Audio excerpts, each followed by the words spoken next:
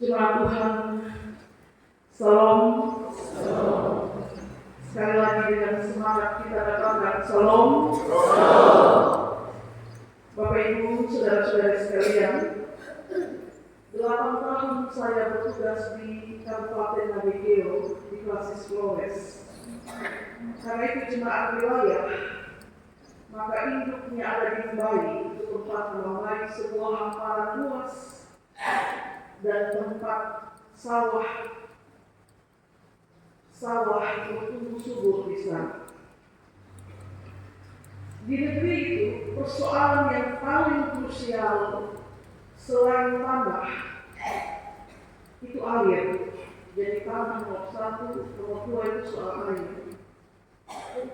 Di musim kemarau saat masyarakat mulai bakar lahan, bakar padat, pipa-pipa paralon yang hanya termuat di permukaan tanah itu ikut meleleh karena panasnya api.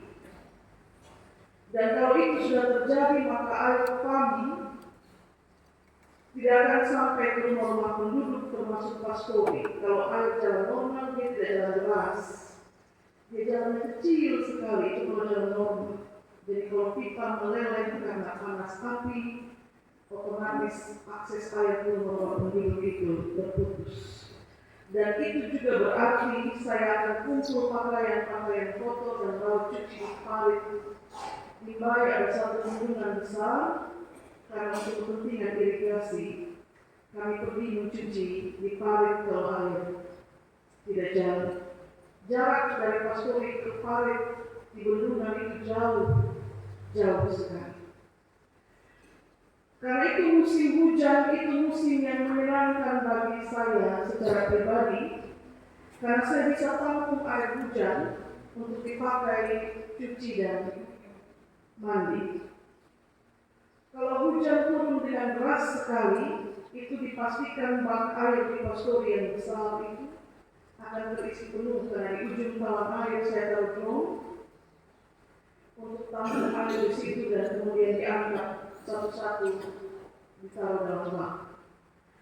Nah, seiring berjalannya waktu dalam persidangan jemaat, kami putus. Kami membangun pastori permanen, karena waktu itu rumah pastorinya diri.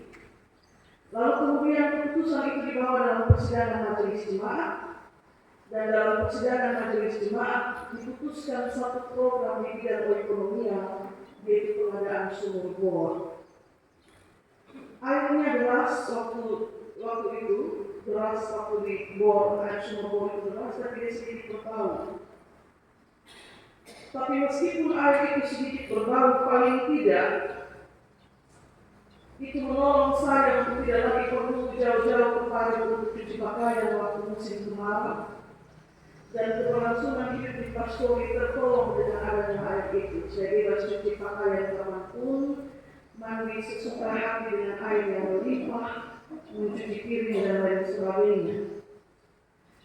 Waktu panitia mulai bangun itu rumah pastori yang permanen 2 lantai, mereka juga bangun bak air dalam tanah, dan meskipun jalannya menetes, tapi selang air dari pipa pam dari meteran kami alirkan ke dalam bak, sedikit demi sedikit air pam tertampung di situ, dan kami alirkan ke tiga yang kami taruh di lantai 2 pastori. Mungkin sekarang keadaan di sana sudah berubah atau jauh lebih baik. Ini kasuistik. Apa yang hendak saya katakan dari pengalaman itu? Bahwa kebutuhan air itu kebutuhan yang paling krusial, dan bahwa kapanpun dan dimanapun kebutuhan air itu kebutuhan universal. Segala makhluk hidup, manusia, hewan, tumbuhan, semua perlu air. Bahkan firman Tuhan bilang pohon yang ditanam di tepi aliran air, dia kualitasnya jauh berbeda dengan semak belukar di padang angus. Kalau pohon yang ditanam di tepi aliran air, tertulis dalam Alkitab daun hijau, dan dia dipastikan untuk menghasilkan buah pada musimnya. Tapi semak belukar di padang angus digambarkan hidup enggan, mati, tak mau, tandus. Nah sekarang saudara perhatikan apa yang menjadi kebutuhan atau pergumulan penduduk kota Yeriko ketika air yang krusial itu justru berbahaya untuk dikonsumsi. Kalau air yang adalah kebutuhan krusial itu menjadi penyebab kematian, maka pertanyaan yang muncul adalah apakah air itu berkat ataukah kutuk? Kalau dia ada di situ dan dia menghidupkan, memberi kesegaran pada segala yang hidup, maka kita sebut itu air berkat. Tapi kalau dia ada di situ dan dia mematikan, masihkah kita menyebut air sebagai berkat? Kesaksian penduduk Yeriko kepada Elisa menyebut kota itu letaknya baik, letaknya sungguh baik. Tapi kemudian mereka menyebut bahwa air di kota itu tidak baik. Tapi ini di Palestina kalau orang mendirikan sebuah kota yang membedakan kota dengan desa itu bukan cuma penduduk, tapi pada tembok yang memiliki satu wilayah yang ada di dalam sekeliling tembok itu disebut kota. Nanti ada akses masuk keluar di bangun pintu pada tembok itu, dan segala kebutuhan penduduk tentu akan disuplai ke kota, termasuk air.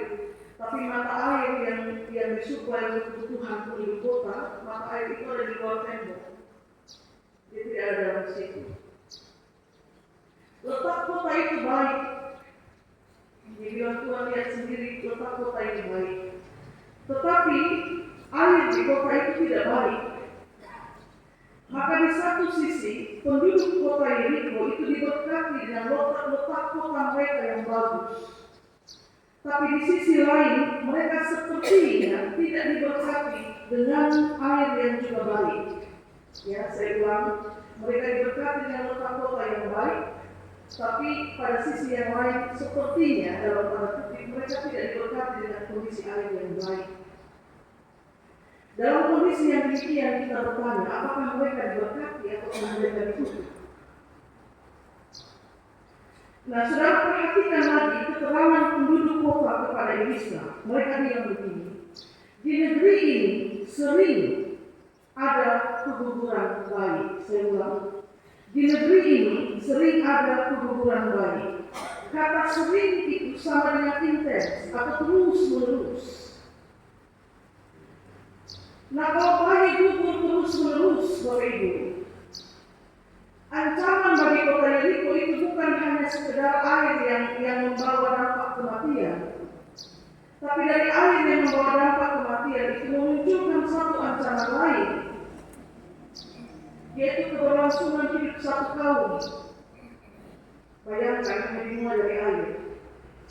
Dia mengancam keberlangsungan hidup satu kaum. Kalau bayi-bayi gugur terus menerus, maka bukankah regenerasi penduduk itu terancam? Tidak ada kehidupan baru, karena belum lahir mati, gugur. Ternak akan punah, tumbuhan akan mati, kota yang letaknya baik itu akan punah karena ketiadaan kehidupan di sana. Itu berkat atau kutuk. Maka dicari solusi. Solusinya adalah air itu harus disehatkan. Saya membayangkan begini, kalau cuma satu dua rumah tangga yang ibu hamilnya keguguran, mungkin dapat ditemukan penyebab. Tapi kalau hampir semua rumah tangga di mana ibu hamil mengalami keguguran, maka tentu dicari sumber kemungkinan air ini dan dia tercemar dari mata air. Solusinya air itu harus disehatkan. Nah, pertanyaannya siapa yang sehatkan? Elisa yang sehatkan air itu, ataukah garam yang dilempar ke dalam mata air itu yang menyehatkan?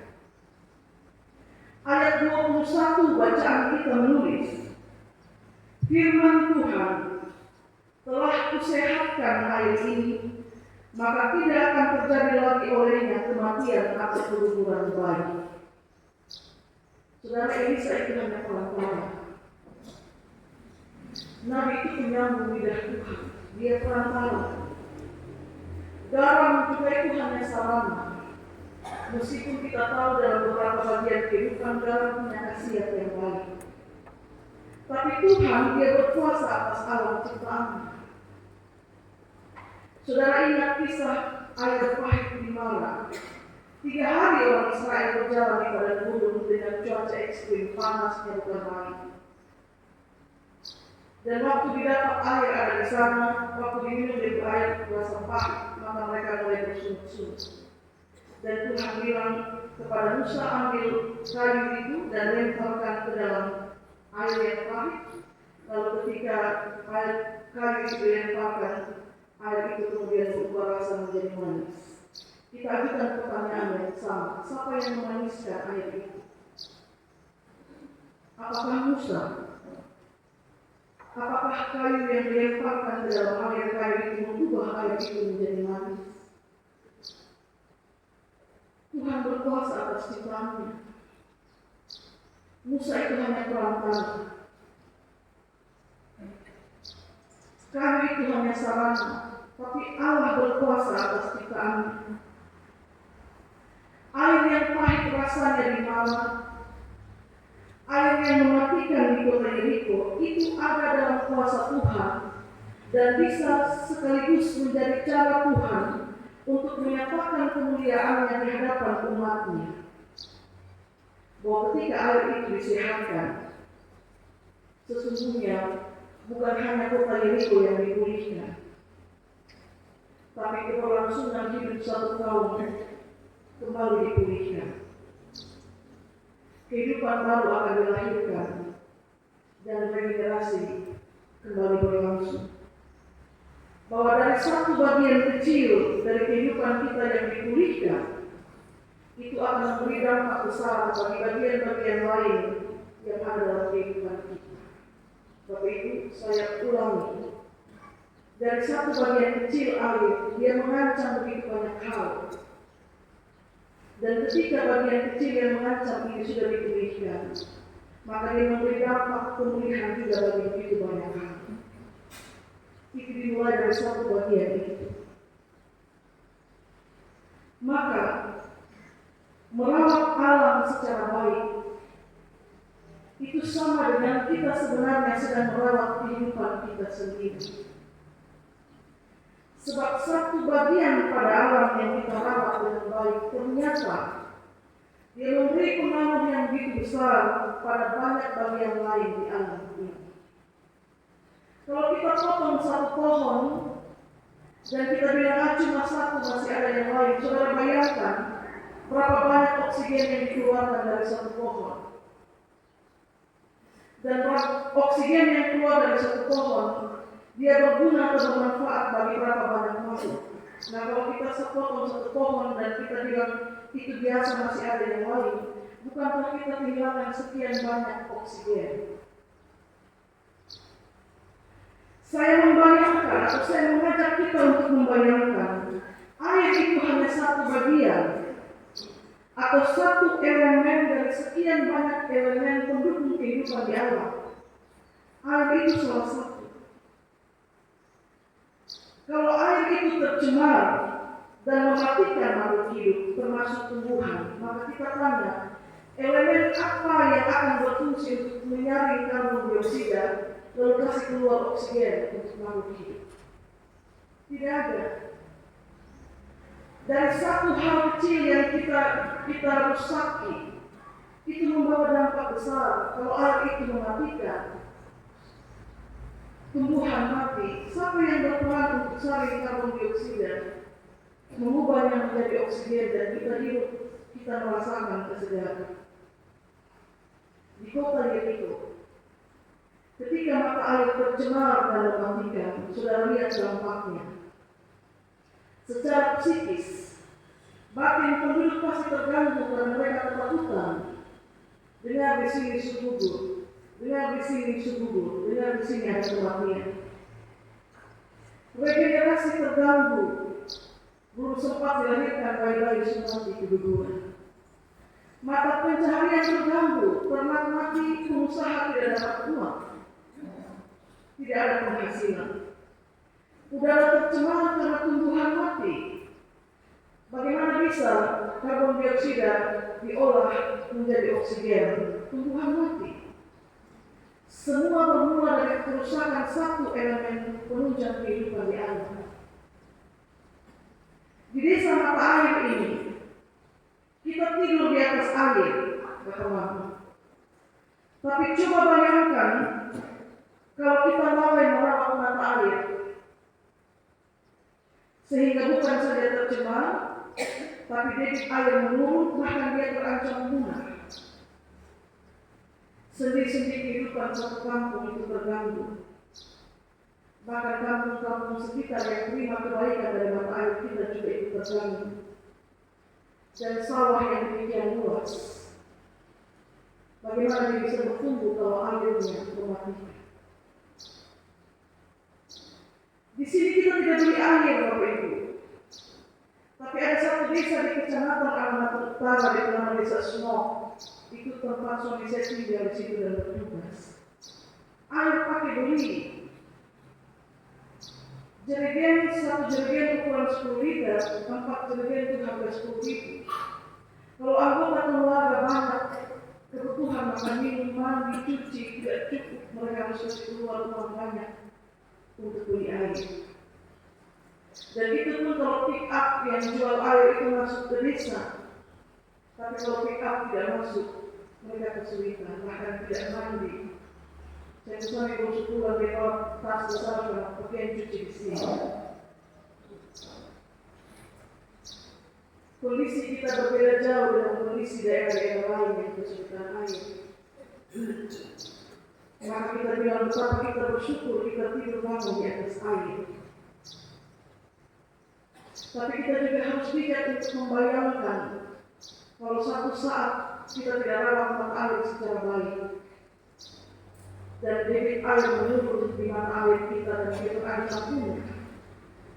Kita yang tadinya tidur di atas air bisa jadi kita tidur di atas air mata. Kami ikut musdes persoalan sampah. Bapak Ketua BPD bilang dipasang pelang, dilarang buang sampah di sini. Oh, karena dilarang buang sampah di sini, maka kita buang di sebelahnya. Kalau ternak mati, jangan dibuang di kali. Tenaga Tuhan kasih gali lubang dan tanah atau bakar. Kalau semua ternak mati karena virus dibuang ke kali, itu juga mengganggu ekosistem. Polusi. Mari rawat alam sebagai bentuk ketaatan kepada Tuhan. Dari satu titik kecil yang kita rawat, dia berpengaruh besar pada bagian-bagian yang lain. Karena kita tidak pernah tahu ancaman apa yang akan kita hadapi di depan. Kalau hari ini kita lalai untuk merawat alam. Dan kalau kita bisa bahagia karena kita punya air melimpah, sekali waktu bersolidar di tempat lain, orang-orang menangis karena tidak ada air. Tuhan berkati kita dengan firman. Amin.